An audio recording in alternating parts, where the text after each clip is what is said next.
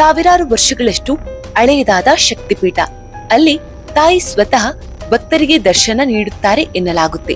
ನಿಮ್ಗೆ ಗೊತ್ತಾ, ಪಾಕಿಸ್ತಾನದ ನಿರ್ಜನ ಕಣಿವೆಗಳು ಮತ್ತು ಸುಡುವ ಮರುಭೂಮಿಗಳ ನಡುವೆ ಇಂದಿಗೂ ಸತ್ಯಯುಗದ ಸಾಕ್ಷಿಯಾಗಿರುವ ಒಂದು ದಿವ್ಯ ದೇವಾಲಯ ಮರೆತು ಹೋಗಿದೆ. ಅದೇ ಇಂಗ್ಲಾಜ್ ಮಾತಾ ದೇವಸ್ಥಾನ. ಲೋಕದಲ್ಲೇ ಮೊದಲ ಶಕ್ತಿಪೀಠವೆಂದು ಕರೆಯಲ್ಪಡುವ, ವಿಜ್ಞಾನವು ತಲೆಬಾಗುವಷ್ಟು ಅದ್ಭುತ ಶಕ್ತಿಯನ್ನ ಹೊಂದಿರುವ ಚಮತ್ಕಾರಿ ದೇವಾಲಯ ಇದು. ಇಲ್ಲಿನ ರಹಸ್ಯಗಳನ್ನ ಬಗೆಹರಿಸಲು ದೊಡ್ಡ ದೊಡ್ಡ ವಿಜ್ಞಾನಿಗಳ ಸಂಶೋಧನೆಗಳು ಕೂಡ ವಿಫಲವಾಗಿದೆ ಎನ್ನಲಾಗುತ್ತೆ. ಇದು ಅದೇ ಸ್ಥಳ.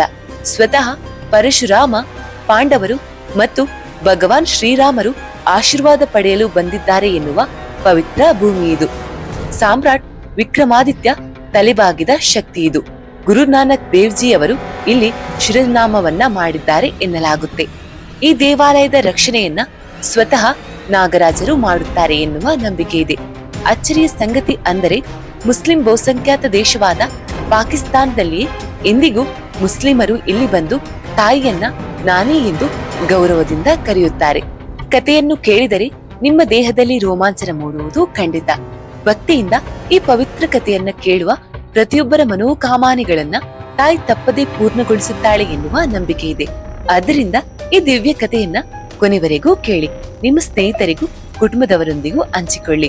ಮತ್ತೆ ಕಮೆಂಟ್ ಬಾಕ್ಸ್ ಅಲ್ಲಿ ಎಲ್ಲಾ ಮಾತೆಯ ಭಕ್ತರು ಪ್ರೀತಿಯಿಂದ ಜೈ ಮಾತಾ ಕಿ ಎಂದು ಬರೆಯಿರಿ. ಹಾಗಾದ್ರೆ ಬನ್ನಿ ವಿಡಿಯೋವನ್ನ ಶುರು ಮಾಡುವ. ಪಾಕಿಸ್ತಾನದಲ್ಲಿರುವ ಬಲೂಚಿಸ್ತಾನದ ನಿಶಬ್ದ ಮತ್ತು ಸುಡುವ ಮರುಭೂಮಿಯ ಮಧ್ಯೆ ಮಾನವನಷ್ಟೇ ಅಲ್ಲ, ಪಕ್ಷಿಗಳು ಕಾಲಿಡಲು ಭಯಪಡುವಂತಹ ಒಂದು ಸ್ಥಳವಿದೆ. ಎಲ್ಲೆಡೆ ಸುಡುವ ಮರಳು, ಎತ್ತರದ ಪರ್ವತಗಳು ಮತ್ತು ಮಧ್ಯದಲ್ಲಿ ಹರಿಯುವ ಇಂಗೋಲ್ ನದಿ. ಇದೇ ಶತಮಾನಗಳಿಂದ ಮರೆಮಾಚಿಕೊಂಡಿರುವ ಇಂಗ್ಲಾಜ್ ಮಾತೆಯ ಪ್ರಾಚೀನ ದೇವಸ್ಥಾನ. ಇದು ಸಾಮಾನ್ಯ ದೇವಸ್ಥಾನವಲ್ಲ, ಇದನ್ನ ಶಕ್ತಿ ಪೀಠಗಳ ಕಿರೀಟ ಎಂದೇ ಕರೆಯುತ್ತಾರೆ. ಇಂಗ್ಲಾಜ್ ಮಾತಾ ದೇವಾಲಯದ ಉಲ್ಲೇಖ ಪುರಾತನ ಹಿಂದೂ ಗ್ರಂಥಗಳು ಮತ್ತು ಪುರಾಣಗಳಲ್ಲಿ ದೊರಕುತ್ತೆ. ಅಲ್ಲಿ ಇದನ್ನ ಅತ್ಯಂತ ಪವಿತ್ರ ಮತ್ತು ಶಕ್ತಿಶಾಲಿ ಶಕ್ತಿಪೀಠವೆಂದು ವರ್ಣಿಸಲಾಗಿದೆ. ಪುರಾಣಗಳ ಪ್ರಕಾರ ಕತೆ ಆರಂಭವಾಗುವುದು ರಾಜ ದಕ್ಷ ಪ್ರಜಾಪತಿಯಿಂದ. ದಕ್ಷ ಬ್ರಹ್ಮನ ಮಾನಸ ಪುತ್ರನು.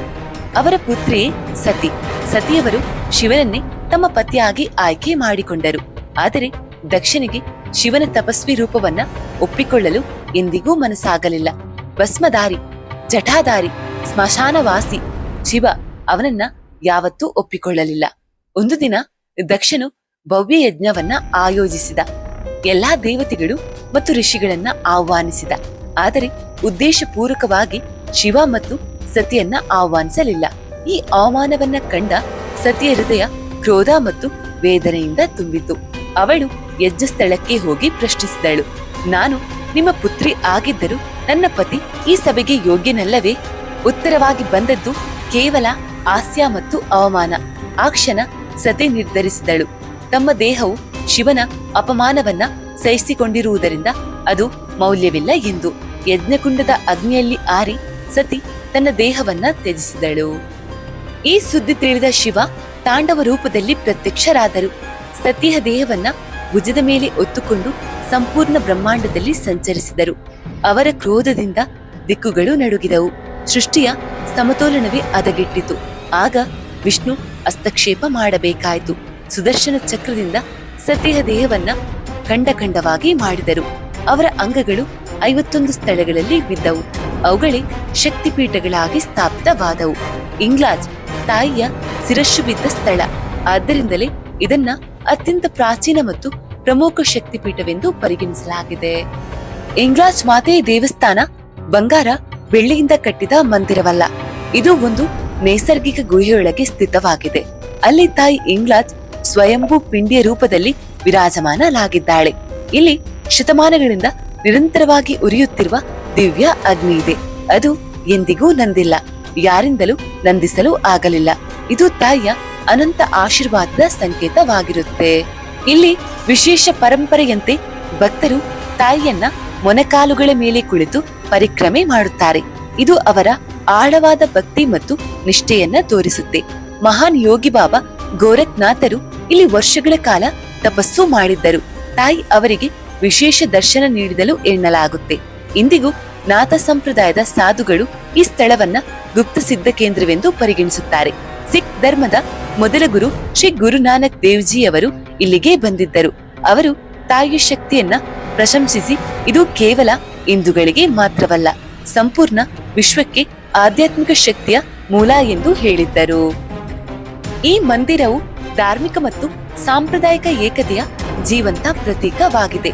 ಇಲ್ಲಿನ ಮುಸ್ಲಿಂ ಸಹೋದರರು ತಾಯಿಯನ್ನ ಗೌರವದಿಂದ ನಾನಿ ಅಥವಾ ಬೀಬಿ ನಾನಿ ಎಂದು ಕರೆಯುತ್ತಾರೆ. ಅನೇಕ ಇತಿಹಾಸಕಾರರು ಇದನ್ನ ಕುಶಾನರ ಕಾಲದ ದೇವಿ ನಾನಾಯೊಂದಿಗೆ ಸಂಪರ್ಕಿಸುತ್ತಾರೆ. ಅವರ ಚಿತ್ರಗಳು ಕುಶಾನರ ನಾಣ್ಯಗಳಲ್ಲಿಯೂ ಕಂಡುಬಂದಿವೆ.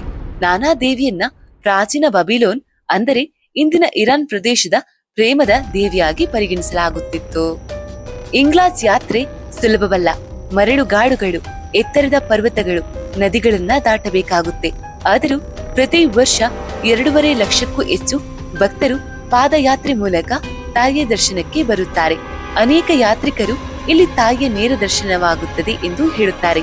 ಕೆಲವರು ಇಲ್ಲಿ ಬಂದ ಬಳಿಕ ತಮ್ಮ ಎಲ್ಲಾ ದುಃಖಗಳು ಮರೆಯುತ್ತೇವೆ ಎನ್ನುತ್ತಾರೆ. ಇಂಗ್ಲಾಜ್ ಮಾತಾ ಮಂದಿರ ಕೇವಲ ಶಕ್ತಿಪೀಠವಲ್ಲ, ಇದು ಅಚ್ಚರಿಯ ರಹಸ್ಯಗಳು ಮತ್ತು ಚಮತ್ಕಾರಗಳಿಂದ ತುಂಬಿದ ಧಾಮ. ಇಲ್ಲಿ ತಾಯಿಯ ಮೂರ್ತಿ ಇಲ್ಲ, ಪಿಂಡಿಯ ರೂಪದಲ್ಲಿ ತಾಯಿ ವಿರಾಜಮಾನಲಾಗಿದ್ದಾಳೆ. ಈ ಪಿಂಡಿ ಸಾವಿರಾರು ವರ್ಷಗಳಿಂದ ಸ್ವಯಂ ಪ್ರಕಟ್ಯ ರೂಪದಲ್ಲಿ ಇಲ್ಲಿ ಇದೆ. ಇದರಲ್ಲೇ ತಾಯಿಯ ಅಸಾಧಾರಣ ಶಕ್ತಿ ಅಡಗಿದೆ. ಸ್ವತಃ ನಾಗರಾಜನೇ ತಾಯಿಯನ್ನ ರಕ್ಷಿಸುತ್ತಾನೆ ಎನ್ನುವ ನಂಬಿಕೆ ಇದೆ. ಸತ್ಯ ಹೃದಯದಿಂದ ಪೂಜೆ ಮಾಡುವವರಿಗೆ ನಾಗಗಳ ಆಶೀರ್ವಾದ ಲಭಿಸುತ್ತೆ. ಅನೇಕ ಭಕ್ತರು ಅವರನ್ನ ಕಂಡ ಅನುಭವವನ್ನ ಹಂಚಿಕೊಂಡಿದ್ದಾರೆ. ಆದರೆ ನಾಗಗಳು ಯಾವತ್ತೂ ಯಾರಿಗೂ ಹಾನಿ ಮಾಡಿಲ್ಲ. ಈ ಮಂದಿರ ಕೇವಲ ಸ್ಥಳವಲ್ಲ, ಇದು ಭಕ್ತಿ, ಶಕ್ತಿ ಮತ್ತು ಚಮತ್ಕಾರಗಳ ಕೋಟೆ. ರಾವಣನ ವಧೆಯ ನಂತರ ಬ್ರಹ್ಮಹತ್ಯೆ ದೋಷ ನಿವಾರಣೆಗೆ ಭಗವಾನ್ ಶ್ರೀರಾಮನು ಇಂಗ್ಲಾಜ್ ಧಾಮಕ್ಕೆ ಬಂದರು. ಆದರೆ ತಾಯಿಯ ಸೇನೆ ಅವರನ್ನ ಸೋಲಿಸಿ ಸಾಮಾನ್ಯ ಯಾತ್ರಿಕನಾಗಿ ಬರುವಂತೆ ಸೂಚಿಸಿತು. ಆಗ ಶ್ರೀರಾಮರು ತಮ್ಮ ಸೇನೆಯನ್ನು ತ್ಯಜಿಸಿ ಸೀತಾಮಾತೆಯೊಂದಿಗೆ ಪಾದಯಾತ್ರೆ ಆರಂಭಿಸಿದರು. ಅವರು ಹೊರಟ ಸ್ಥಳವನ್ನ ರಾಮಬಾಗ್ ಎಂದು ಕರೆಯಲಾಗುತ್ತಿತ್ತು.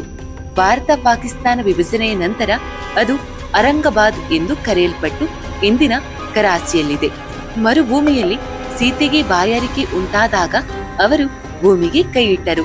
ಆಗ 5 ಬಾವಿಗಳು ಉದ್ಭವಿಸಿದವು. ಅವುಗಳ ಗುರುತುಗಳು ಇಂದಿಗೂ ಅಲ್ಲಿವೆ. ಇಂಗ್ಲಾಜ್ ತಲುಪಿದ ಬಳಿಕ ಶ್ರೀರಾಮರಿಗೆ ದೋಷ ನಿವಾರಣೆಯಾಯಿತು. ಸ್ಮರಣಾರ್ಥಕವಾಗಿ ಅವರು ದೇವಾಲಯದ ಎದುರಿನ ಪರ್ವತದಲ್ಲಿ ಸೂರ್ಯ ಮತ್ತು ಚಂದ್ರರ ಗುರುತುಗಳನ್ನ ಕೆತ್ತಿಸಿದರು. ಅವು ಇಂದಿಗೂ ಅಸ್ತಿತ್ವದಲ್ಲಿ ಇದೆ. ಮಹಾಭಾರತದ ಅಜ್ಞಾತವಾಸದ ಸಮಯದಲ್ಲಿ ಪಾಂಡವರು ಈ ಗುಹೆಗೆ ಬಂದರು. ತಾಯಿ ಅವರಿಗೆ ದರ್ಶನ ನೀಡಿ ನಿಮ್ಮ ಧರ್ಮ ಸತ್ಯ, ಯುದ್ಧದಲ್ಲಿ ನೀವು ವಿಜಯಿಯಾಗುತ್ತೀರಿ ಎಂದು ಆಶೀರ್ವದಿಸಿದಳು. ಮತ್ತೊಂದು ಕಥೆಯ ಪ್ರಕಾರ ಪರಶುರಾಮರು ಕ್ಷತ್ರಿಯರ ಸಂಹಾರ ನಡೆಸುತ್ತಿದ್ದಾಗ ಕೆಲವು ನಿರ್ದೋಷ ಬ್ರಾಹ್ಮಣರು ತಾಯಿಗೆ ಶರಣಾದರು. ತಾಯಿ ಸ್ವತಃ ಪ್ರತ್ಯಕ್ಷವಾಗಿ ಇವರು ನನ್ನ ಶರಣಾಗತರು, ಇವರನ್ನ ನಾಶ ಮಾಡಬೇಡ ಎಂದು ಹೇಳಿದರು. ಇದರಿಂದ ಪರಶುರಾಮರ ಕ್ರೋಧ ಶಮನವಾಯಿತು. ಹೀಗೆ ಶರಣಾದವರನ್ನ ತಾಯಿ ಸದಾ ರಕ್ಷಿಸುತ್ತಾಳೆ. ಸಾಮಾನ್ಯವಾಗಿ ಪ್ರತಿಯೊಂದು ಶಕ್ತಿಪೀಠದಲ್ಲೂ ಭೈರವ ಮಂದಿರ ಇರುತ್ತೆ. ಆದರೆ ಇಂಗ್ಲಾಜ್ ಮಾತಾ ಮಂದಿರದಲ್ಲಿ ಭೈರವನ ಪ್ರತ್ಯೇಕ ದೇವಾಲಯ ಇಲ್ಲ. ಇಲ್ಲಿ ಭಗವಾನ್ ಶಿವನ ಜ್ವಾಲಾಮುಖಿ ರೂಪದಲ್ಲಿ ಚಂದ್ರಗುಪ್ತ ಭೈರವನಾಗಿ ವಿರಾಜಮಾನ. ತಾಯಿಯ ದರ್ಶನಕ್ಕೆ ಮೊದಲು ಪ್ರತಿಯೊಬ್ಬ ಭಕ್ತನು ಇಲ್ಲಿ ವಂದನೆ ಸಲ್ಲಿಸಬೇಕು. ಇಲ್ಲಿ ತೆಂಗಿನಕಾಯಿ ದಾಳುಗಳನ್ನ ಅರ್ಪಿಸಿ ತಮ್ಮ ಪಾಪಗಳನ್ನ ಒಪ್ಪಿಕೊಂಡು ಕ್ಷಮೆ ಕೇಳುತ್ತಾರೆ. ಇಲ್ಲಿ ಅರ್ಪಿಸಿದ ತೆಂಗಿನಕಾಯಿಯನ್ನ ತೊಳೆದು ಪ್ರಸಾದವಾಗಿ ಸೇವಿಸಿದರೆ ಎಲ್ಲಾ ರೋಗಗಳು ನಿವಾರಣೆಯಾಗುತ್ತೆ ಎನ್ನುವ ನಂಬಿಕೆ ಕೂಡ ಇದೆ. ಪ್ರಾಚೀನ ಕಾಲದಲ್ಲಿ ಇಲ್ಲಿ ಇಂಗೋಲ ಎಂಬ ರಾಕ್ಷಸನು ಇದ್ದನು. ಅವನ ಸಂಹಾರಕ್ಕಾಗಿ ಸತಿ ಇಲ್ಲಿ ಅವತರಿಸಿ ಅವನನ್ನ ವಧಿಸಿದಳು. ಆದ್ದರಿಂದ ತಾಯಿ ಇಂಗ್ಲಾಜ್ ಭವಾನಿ ಎಂದು ಪ್ರಸಿದ್ಧಳಾದಳು. ಸಂತಾನ ಸೌಖ್ಯ ಬಯಸುವ ಮಹಿಳೆಯರು ಇಲ್ಲಿ ಬಂದು ಚೂಡಿಗಳು ಮತ್ತು ಚುನ್ನಾರಿ ಅರ್ಪಿಸಿ ಪ್ರಾರ್ಥಿಸುತ್ತಾರೆ. ತಾಯಿ ಅವರ ಗರ್ಭ ತುಂಬಿಸುತ್ತಾಳೆ ಎನ್ನುವ ನಂಬಿಕೆ ಕೂಡ ಇದೆ. ಇಂದು ಈ ಮಂದಿರವನ್ನ ಪಾಕಿಸ್ತಾನ ಸರ್ಕಾರ ಸಂರಕ್ಷಿತ ಹೆರಿಟೇಜ್ ಸೈಟ್ ಎಂದು ಘೋಷಿಸಿದೆ. ಹಿಂದೂ ಮುಸ್ಲಿಂ ಸಮುದಾಯಗಳು ಸೇರಿ ಇದರ ಆರೈಕೆ ಮಾಡುತ್ತವೆ. ಮಂದಿರದ ಸಮೀಪದ ಇಂಗೋಲ್ ನದಿಯನ್ನ ಪಾಪ ವಿಮೋಚನ ಕುಂಡವೆಂದು ಕರೆಯಲಾಗುತ್ತೆ. ದರ್ಶನಕ್ಕೂ ಮೊದಲು ಇಲ್ಲಿ ಸ್ನಾನ ಮಾಡಿದರೆ ಮನಸ್ಸು ಮತ್ತು ಆತ್ಮ ಶುದ್ಧವಾಗುತ್ತೆ ಎನ್ನಲಾಗುತ್ತೆ. ಅನೇಕ ಭಕ್ತರು ದೇಹಾತ್ಮಕವಾಗಿ ಬರಲಾಗದಿದ್ದಾಗ ತಾಯಿ ಕನಸಿನಲ್ಲಿ ದರ್ಶನ ನೀಡಿದ ಅನುಭವವನ್ನ ಹಂಚಿಕೊಂಡಿದ್ದಾರೆ. ನವರಾತ್ರಿ ಅಥವಾ ಪೂರ್ಣಿಮೆಯ ದಿನಗಳಲ್ಲಿ ಪಿಂಡಿಯ ಬಣ್ಣ ಬದಲಾಗುತ್ತದೆ ಎನ್ನಲಾಗುತ್ತೆ. ಗುಹೆಯ ಗೋಡೆಗಳಲ್ಲಿ ತ್ರಿಶೂಲ, ಕಮಲ, ಸಿಂಹಮುಖ, ಮಹಾಕಾಳಿಯ ರೂಪಗಳಂತೆ ಕಾಣುವ ನೈಸರ್ಗಿಕ ಆಕೃತಿಗಳು ಕಂಡುಬರುತ್ತವೆ. ವಿಜ್ಞಾನಿಗಳು ಇದನ್ನು ಪ್ರಕೃತಿ ರೂಪವೆಂದು ಹೇಳಿದರೂ ಭಕ್ತರಿಗೆ ಇದು ತಾಯಿಯ ಗುರುತು. ಇಂಗ್ಲಾಜ್ ಮಾತೆಯ ಮಂದಿರದಲ್ಲಿ ಗಂಟೆಗಳಿಲ್ಲ. ಇಲ್ಲಿ ಮೌನ ಪ್ರಾರ್ಥನೆಯೇ ತಾಯಿಗೆ ತಲುಪುತ್ತದೆ ಎನ್ನುವ ನಂಬಿಕೆ. ಗುಹೆಯ ಕೆಲವು ರೇಖೆಗಳನ್ನು ಭವಿಷ್ಯದ ಸೂಚಕವೆಂದು ಭಕ್ತರು ನಂಬುತ್ತಾರೆ. ಇದನ್ನು ಮೌನ ಆಶೀರ್ವಾದ ಎಂದು ಕರೆಯುತ್ತಾರೆ. ತಾಯಿ ಪಾಕಿಸ್ತಾನದಲ್ಲಿನ ಉಳಿದ ಪ್ರಾಚೀನ ಹಿಂದೂ ತೀರ್ಥಗಳ ರಕ್ಷಕಿ ಎನ್ನಲಾಗುತ್ತೆ. 1971ರ ಯುದ್ಧದ ವೇಳೆ ಕೆಲ ಭಾರತೀಯ ಸೈನಿಕರು ತಪ್ಪಾಗಿ ಬಲೂಚಿಸ್ತಾನಕ್ಕೆ ಬಂದಾಗ ಸ್ಥಳೀಯ ಹಿಂದೂಗಳು ತಾಯಿಯ ಶರಣಿನಲ್ಲಿ ಅವರನ್ನ ರಕ್ಷಿಸಿದರು.